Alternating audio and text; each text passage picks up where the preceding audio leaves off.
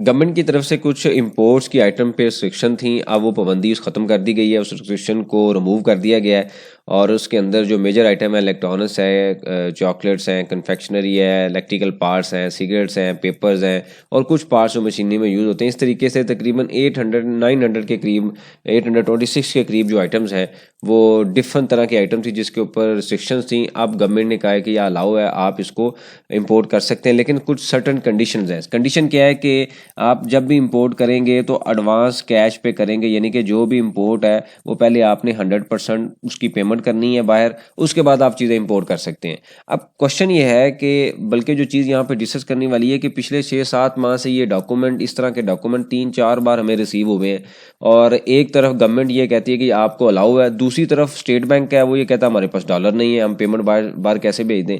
तो ये डिफरेंट तरह का जो लॉलीपॉप है बिजनेसमैन को हमें दिया जा रहा है कि जी आप एक तरफ गवर्नमेंट के ऊपर प्रेशर ना आए और सारा प्रेशर स्टेट बैंक पे चला जाए, जब पेमेंट ट्रांसफर करने लगते हैं तो आगे से वो कहते हैं हमारे पास रिजर्व नहीं है, डॉलर नहीं, हम कैसे भेज दें। अब क्वेश्चन ये है कि इसके अंदर जो अफेक्ट है वो कौन हो रहा है, वो बिजनेसमैन हो रहा है, क्योंकि ये मैं चीज़ें सारी पिछले 6-7 माह से आप भी देख रहे होंगे, मैं भी देख रहा हूँ, तो मैं तो प्रैक्टिकल इसको फेस कर रहा हूँ, देख रहा हूँ इसको। अब इन्होंने लास्ट दिसंबर में एक पॉलिसी निकाली, बल्कि जनवरी के स्टार्ट में एक पॉलिसी आई कि आप 365 डेज मेंशन करवा दें कॉन्ट्रैक्ट के ऊपर और इंपोर्ट कर लें। मतलब जो मैं इंपोर्ट कर रहा हूँ वो मैं 365 डेज के बाद पेमेंट करूँगा। पहले इन्होंने कहा एडवांस कैश ख़त्म हुआ और उसके बाद 365 डेज आ गया।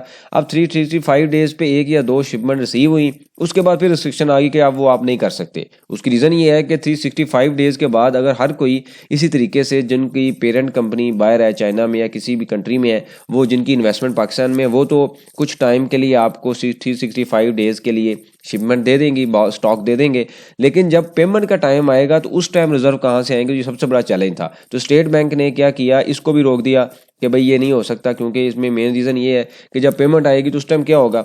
अब दूसरी तरफ इन्होंने कहा अच्छा ठीक है आप इसको अलाउ कर लें, लेकिन जो पेरेंट्स कंपनी जिनकी इन्वेस्टमेंट पाकिस्तान के अंदर है वो किस हद तक आपको 1 या 2 या 3-4 शिपमेंट दे देंगे, वॉल्यूम के मुताबिक जो भी एग्रीड वॉल्यूम होगा उसके मुताबिक आपको स्टॉक देंगे। अगर उनको पेमेंट ही रिसीव नहीं होगी तो आपको फर्दर स्टॉक कैसे देंगे। ये ऐसे ही है यहाँ, जैसे यहाँ पे आप बिजनेस कर रहे हैं और कस्टमर को क्रेडिट पे चीज़ें दे रहे हैं और कस्टमर आपको पैसे नहीं दे रहे, आप उनको चीज़ें देते जा रहे हैं। तो बिजनेस के अंदर तो ऐसा नहीं होता, मतलब ये है कि बाइंग होती है, प्रॉपर प्रॉफिटेबिलिटी डिसाइड होती है दोनों पार्टीज की, एक विन विन सिचुएशन के अंदर बिजनेस होता है।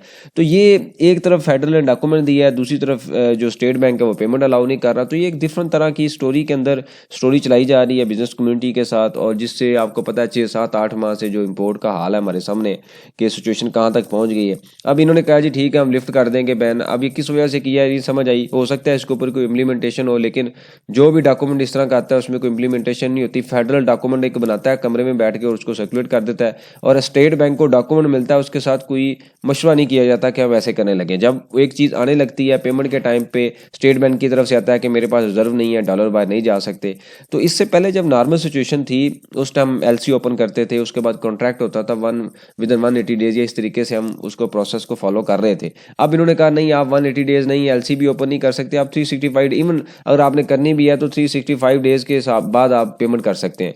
अब ये बेसिकली इनडायरेक्टली इस बिजनेस को डिस्करेज किया जा रहा था कि जो भी प्रिंसिपल या पेरेंट कंपनी बाहर चाइना में या किसी भी मुल्क में बैठी हुई है पाकिस्तान के बाहर, वो 365 डेज के क्रेडिट पे आपको कितना कुछ स्टॉक दे सकती है। उसको पता है कि मैं यहाँ पे स्टॉक भेज रहा हूँ, पाकिस्तान में दे रहा हूँ, लेकिन मुझे पेमेंट नहीं मिलनी, तो कैसे हो सकता है, बिजनेस कैसे चलेगा। कुछ टाइम तक तो ये सर्वाइवल होगा, 1-2-4-5 शिपमेंट्स आएंगे, उसके बाद वो स्टॉप लग जाएगा। तो ये बेसिकली पैरेलल इकोनॉमी जो है, ब्लैक मनी के मार्केट जो टीटी जिसको हम बोलते हैं, उस मार्केट को डेवलप करने की कोशिश की जा रही है कि एक तरफ आप बिजनेस कम्युनिटी, जारी बात है वो बैठेंगे नहीं, कुछ टाइम तक तो वो एक चीज़ हम सफ़र कर रहे हैं और बिज़नेस कम हो रहा है, लेकिन जिसकी कैपेसिटी अवेलेबल है, जिसकी डिमांड अवेलेबल है, वो किसी ना किसी तरीके से पैरेलल जो इकोनॉमी है, ब्लैक इकोनॉमी, उसको हम इंकरेज कर रहे हैं। मतलब ये है कि लीगल काम को बंद करके हम लोगों को चांस दे रहे हैं कि आप इलीगल काम करें और यहाँ पे बिजनेस करें।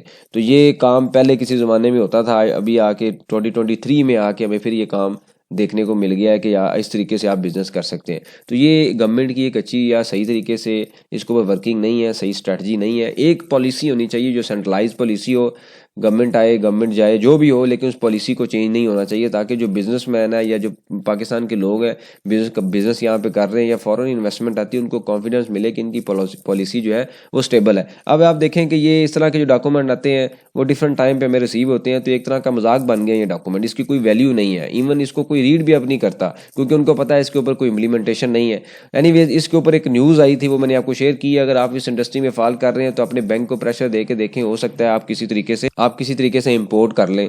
ये बैंक आप डिपेंड करता है कि आप किस लेवल तक उनको प्रेशर देते हैं, किस लेवल तक आपके साथ उनकी बॉन्डिंग है। लेकिन मेरा जो एक्सपीरियंस है वो ये है कि पेमेंट ट्रांसफ़र करना काफ़ी मुश्किल है। इम्पोर्ट प्रोडक्ट्स हम कर सकते हैं, लेकिन मेन चीज़ ये है कि जहाँ से जिससे हम ले रहे हैं चीज़ें उसको पेमेंट कैसे भेजनी है, मेन क्वेश्चन ये है। अब उसके बाद जो चैलेंजिंग चीज़ है वो ये है कि एक्सचेंज लॉस जो है, कि आज जो चीज़ आपने 100 की मंगवाई उसको आप लेट से 50 की आपकी कॉस्ट, फॉर एग्जांपल 100 की आपने मंगवाई है और 200 की आप भेज रहे हैं और आप 100% जीपी ले रहे हैं।